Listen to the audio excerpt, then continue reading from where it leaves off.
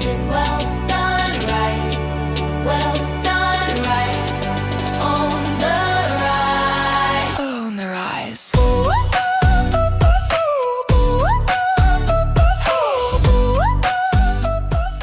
There's a certain room I don't get invited to anymore.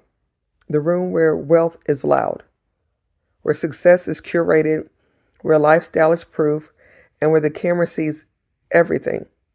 And I'm okay with that because I don't perform wealth, I build it. And once I made that shift from income and image to assets and ownership, my entire strategy changed. Most people never make that shift, and that's why they stay visible, but vulnerable. For a long time, I optimized for income, closings, commissions, momentum. Residential real estate is transactional. You earn, you celebrate, you repeat. But income is fragile. It depends on market temperature, buyer confidence, interest rates, energy, and when any of that shifts, so does your lifestyle. That realization forced a hard decision and made me have a question. Was I building income or was I building ownership? Because those two are not the same. Residential real estate sells homes. Global real estate moves capital. One depends on local settlement and the other follows international liquidity, tax strategy, diversification, sovereign movement. And that's when I realized something. High earners often upgrade visibility before upgrading ownership. They get new cars, bigger houses, luxury experiences, but they don't upgrade control. And I've been there, I've done it, I've wrote the book. That was me. And you have to be intentional in curating your life.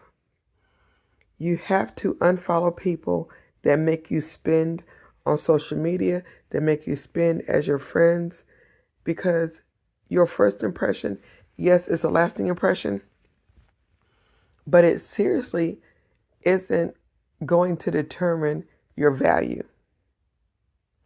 See, wealthy asset, energy, and branding are a state of being that attracts opportunities and positive experiences. What you wear, what you say, who you surround yourself with. It's a silent signal that lets people know the type of person that you are. Because like I said, you intentionally curated your life. But you don't upgrade control. And control is the real asset. That's why I shifted from transactions to positioning, from commissions to capital flow. But that was only step one. The second shift was harder because it challenged conventional wisdom. You are taught a certain, and it's systemic, you are taught what wealth is, what the appearance of riches is. You see it all the time with the media. They sell you a lie. They seduce you with cars and fancy homes and a lifestyle of the rich and famous that does not teach you how to build capital. So I started questioning the conventional wisdom. I started questioning why so many professionals rely exclusively on their 401ks, their IRAs, market-tied retirement vehicles. Not because they're useless. That's not what I'm saying at all. They're good, right? In some instances, and it's okay. I mean, I have them. I understand why we use them. But because they're exposed to sentiment cycles, right? The markets are emotional. And if the markets are emotional, that means that they can go up, they can go down, and they're not stable all the time. So when confidence drops, valuations drop. And I asked myself, where does money flow when the economy contracts? Who still gets paid when fear spreads? And that's the question that changed everything for me. I mean, everything. I began studying recession-resistant cash flow. What is going to be recession proof and resistant and provide me with resistant cash flow? Not hype sectors, not trends, but funded priorities, government contracts, infrastructure, essential services, long-term agreements backed by allocated budgets. I wasn't chasing high returns. I was chasing stability under stress, because wealth isn't built in expansion cycles. It's protected in contraction cycles. And if your portfolio can't survive vitality, then it isn't wealth, it's exposure. Here's the uncomfortable truth. Performance wealth gets applause faster.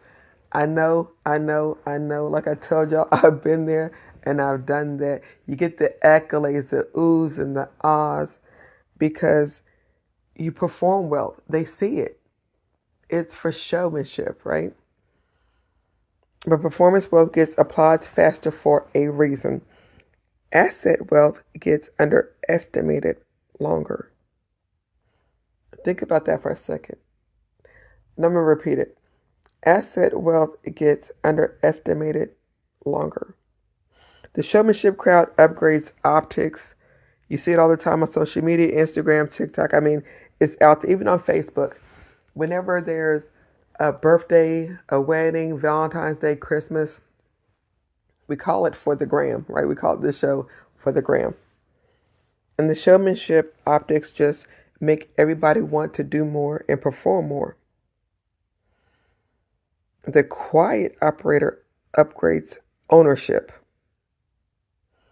One compounds ego, the other compounds equity. I'd rather compound equity than compound ego any day at this rate, because I'm seeing what income really isn't and what ownership really is. See, equity gets stronger. That's why I don't perform wealth. Performance creates pressure. You've always got to perform. And when you stop performing, there's even more pressure, right? Because if your income slows down, your performance slows down. It's a never-ending cycle. Ownership creates optionality. Now, here's the framework I use before any major move. 3 questions. The first question is, who funds it? Is it dependent on consumer emotion or structured allocation? Question number 2, does it survive vitality? If the market drops 30%, does this still function? We need to know. Number 3, does it increase control or does it increase dependency?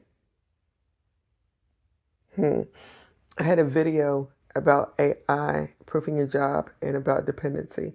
If you haven't seen that, go back and watch that, because you need to know if it does increase control or if it increases dependency and what that means, what that looks like. If it strengthens my balance sheet but weakens my brand persona, I still choose the balance sheet because brand attention doesn't pay during contraction. Liquidity does. In the next video, I'll break down exactly how I evaluate government contract opportunities, including the risk most people overlook when trying to enter that space. Because there's one major mistake high earners make when shifting from income to ownership. And if you don't avoid it, you'll recreate fragility in a different form. If you're building quietly, if you're choosing control over applause, stay close. Wealth whispers, and the people who understand that don't need to shout. For a deeper and more comprehensive look into subjects like this that will help you grow your wealth, visit me on Substack, YouTube, LinkedIn, and my school community, all called Wealth Done Wright. We don't just start it, we on the rise. From 9 to 5 to sovereign skies. Building steady, building strong. Money working all night long. This is wealth done right. Wealth